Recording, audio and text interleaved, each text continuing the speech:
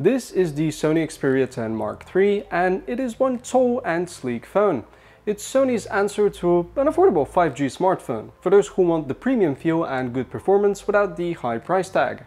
So, hello there guys, I'm Vic here from PhoneArena, and I'm gonna show you what's cool and not so cool about this particular device. Now, as soon as this phone arrived in my sweaty palms, I was delighted to see it be this narrow. And I kind of prefer it this way. You can grip it fully, like even if you have small hands, which is pretty cool.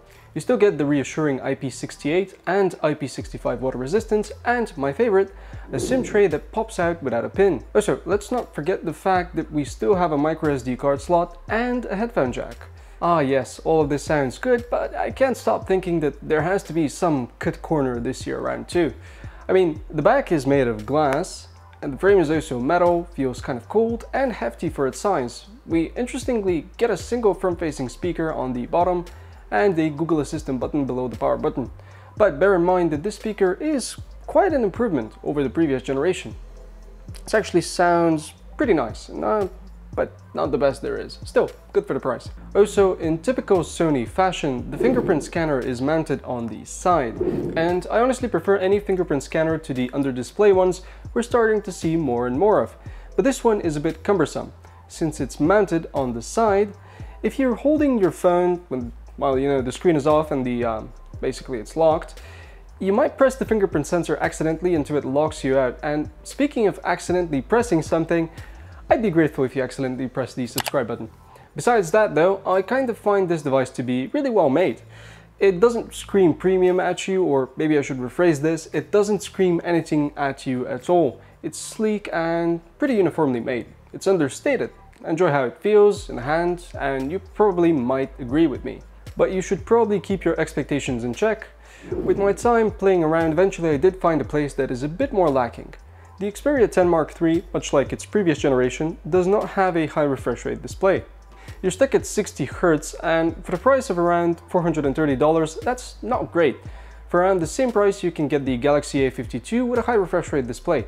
At least that is offset a bit by the fact that the display here is a rather good OLED panel in a 21:9 aspect ratio, making it pretty much quite tall. This is also what defines a Sony smartphone nowadays, since they've stuck with this design for a while now. One benefit to this sort of tall aspect ratio, the multi-display feature that we all know and never actually use too much, is actually pretty useful on these sorts of devices because of the tall aspect ratio. Basically, you're seeing more of your top and bottom application, which is pretty cool. So I moved over to see how this bad boy performs. It comes equipped with a Snapdragon 690, which isn't really anything special. Like, you can watch videos or browse the web with it, but some games such as Genshin Impact struggle at medium settings, plus the phone tends to get warm to the touch even at the loading screen. There are also some noticeable delays when opening some apps, such as the camera, but I should also add that this chip is pretty much on point for the money. As a comparison, the Xperia 10 Mark III scored around 585 points on a single core in Geekbench 5, while the Samsung Galaxy A52, the 5G model, managed around 657 points. Multi-core gave a similar advantage to the Galaxy with 1983 points for it and around 1600 points for the Sony. So it's definitely weaker, but not too far behind. By the way, I reckon this chip and the fact that the display is 1080p at 60 Hz contributes to some amazing battery endurance. And I managed to confirm this, guys. The Xperia 10 Mark III gives you around 4500 mAh, which is 25% more than the previous Xperia 10 Mark II, and the lower powered chip with a low refresh rate gave me quite a bit of use time. Do note that I mainly browsed Reddit, watched some YouTube and played around with the camera. There is, as you'd expect, no wireless charging, but you do get 30 watts of fast charging if you have such a charger though, because Sony decided to include a measly 7.5 watt unit. You can expect a 0 to 50 in about an hour and 20 minutes, which is not great, but I suppose if you charge your device during the night when you're going to sleep, that's gonna be pretty much fine. Otherwise, if you're interested in seeing some test results for the battery, in general, the Xperia 10 Mark III lasts around 14 hours and 40 minutes while browsing the web, around 11 hours and 30 minutes while watching YouTube, and 30 minutes less while gaming. This all means that you're getting amazing endurance, which is on par for the money. In comparison, the Galaxy A52, which I mentioned a few times earlier, which is also one of Samsung's current endurance monsters, lasts around as much. scoring 16 hours while browsing the web, 8.5 while watching YouTube, and more than 9 hours while playing some casual games. Then I went ahead to try the cameras to see if I'll feel a bit different there.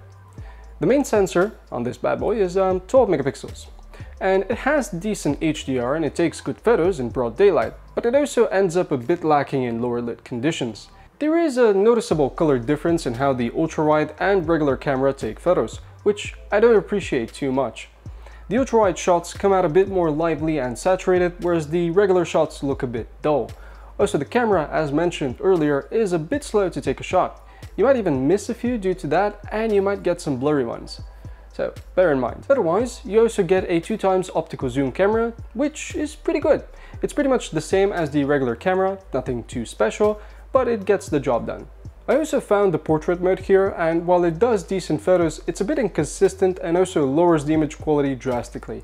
You sometimes get a well cut out object and sometimes you don't. Additionally, the background blur is a bit all over the place in some scenarios. On the video side though, you can shoot up to 4K at 30 FPS, which is pretty nice, but you also don't have optical image stabilization. You at least have electronic stabilization, but as you can see, it's not great. It blurs the video and in general just feels bad. And when you move indoors, it gets worse. Strangely, you cannot use the ultra-wide camera in 4K, you can only use it at 1080p. So my general opinion here is that the camera isn't really that bad, although having used quite a lot of devices at this price point and lower, I'd say it's far from the best in its class. If you want to aim for the best, then I'd recommend the Galaxy A52, that surely won't disappoint you in this regard. So then, what do we have here? Is the Sony Xperia 10 Mark III the best deal under $500, or is it just a simple device for those who don't really need to do much on their phone? I'm thinking it's the second one. The Xperia is not much different from its predecessor, and that's a good and bad thing. The phone is stylish, made of premium materials, certified for water resistance, with a pretty nice OLED display.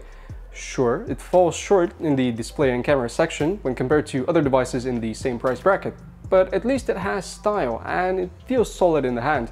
And that's okay, because that's what some people need. A phone to check the time, watch a video from time to time, and maybe, just maybe, manage a few documents. But what do you guys think about it? Do you think that maybe the Xperia is more than that, or do you believe that it has no chance of competing against other similarly priced devices, such as, once again, the Galaxy A52? Let me know down in the comments below, and also let me know if I've missed anything important. Please subscribe, and I'll see you some other time.